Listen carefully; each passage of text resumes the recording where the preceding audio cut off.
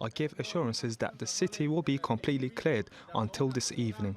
We are present in key locations like Governor's Office, Police Headquarters, Intelligence Department, Prison and 3rd Brigade. I want to give you assurances. Maintain your calm until the last drop of blood. Your defense and forces and civilian leadership will stand with you until the last moment and will defend you. Well, Shahzad Aryobee is the Afghan ambassador to the Czech Republic. He joins me now live from Prague. Thank you very much indeed for joining me. The Taliban have control of Qala-e-Naw. How significant is this, do you think? Thank you so much. Taliban has not controlled the Qala-e-Naw. They enter in the morning to the Qala-e-Naw, and after our security, brave security forces defeated them strongly. And our Vice President tweeted that asked the ICRC and other humanitarian organizations to collect the dead bodies and send back to the Quetta Shura and to their families in Pakistan. They are not capable to control any major city. They have control only some, not some more districts in the remote area. And they have been defeated in 14 of that district as well. And they have been pushed back from that 14 district. The war has continued, but we knew that Qala-e-Naw is now under control of the Afghanistan government authority. Many younger Afghans won't remember what life was like before the US invasion 20 years ago. They'll have heard the stories from their parents of what life was like under the Taliban, all the stories of the public executions, girls over the age of 10 not being allowed to go to school, not being allowed to watch television, music, cinema, all that kind of thing. What's the atmosphere like there now? How worried are young Afghans? And what can the government do to reassure them that the Taliban won't take control in the way that they did before? Okay, good. That was one of the dark era for the Afghanistan and Afghanistan history, that the Taliban had control over Afghanistan. There was no education facility for the females, and there was no one allowed to, the woman was not allowed to go out without men, and the woman was violated everywhere, and that was a kind of that people was not allowed to do, or there was no freedom of speech, there was no television, there was no radio, only there was one radio channel under the control of the Taliban. And the people of Afghanistan, and especially the new generation, don't want to go back to that dark area. And they are... But that's the fear, isn't it? They don't want to go back to that, but the fear is that's what's going to happen, surely. That will not. The people, and you have been seen in several provinces and districts, the people and the new generation raise their voice. They come together. They are united, and they are supporting the military forces to stand with Afghanistan military forces to defeat the Taliban, to fight against the Taliban. Taliban impose and they force this situation.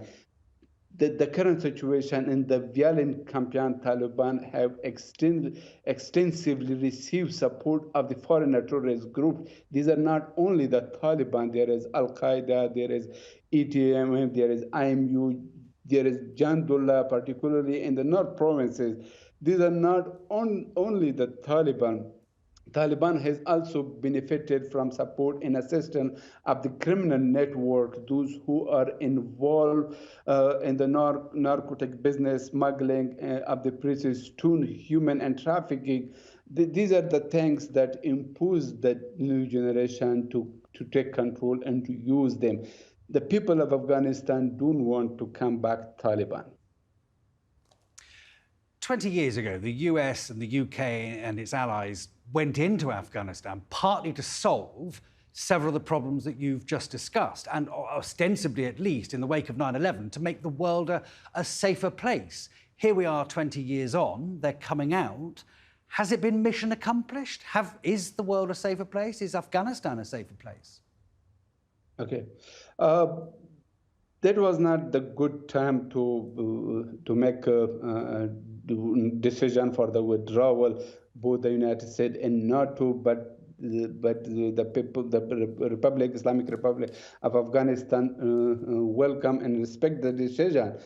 And there is a huge improvement in every sector. If you see the education, the infrastructure, and we have the best military forces in the region, but there might be some deficiency and in some issue, but the government of Afghanistan is committed to sort it out, to solve step by step. There was only when the immediately withdrawal was announced, there was some gap or there was some steps to be taken, but it happened immediately because the Taliban used their soft strategy and they use through their alliance and their supporter in the neighbor countries and the regions that they change the mentality of the people and take control in the some district and province and district in some provinces. But in reality, they will not succeed. They will not come to defeat or to defeat the government. It will. The government is now reorganizing your operation and the land operation, and you will see in the few days there will be more more operation will take place throughout the country. There was some kind of confusion and there was misunderstanding, and the announcement was happened. But to be honest, like when this announcements happened, and based on the Taliban and based on the agreement with the United States, Taliban has to wage and they increase the violence instead to negotiate the peace process, instead to come to the table to negotiate with the government of Afghanistan. They increase the violence. This is against the Doha agreement, and they are not committing for peace. The recent violence commanded by the Taliban, therefore, was a result of the fall of the some district, and this was not only fall of the district. There have been a high number of military and civilian casualty, including women, children, and there is dire humanitarian situation and a significant damage to the public property.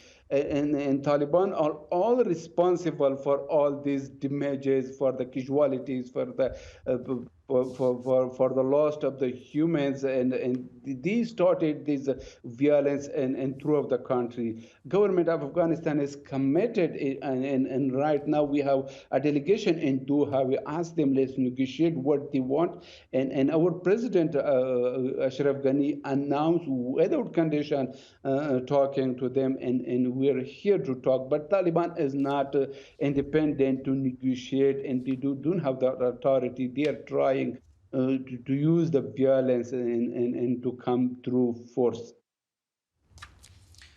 Okay, Shahnaz, thank you very much indeed for joining me. Thank you so much.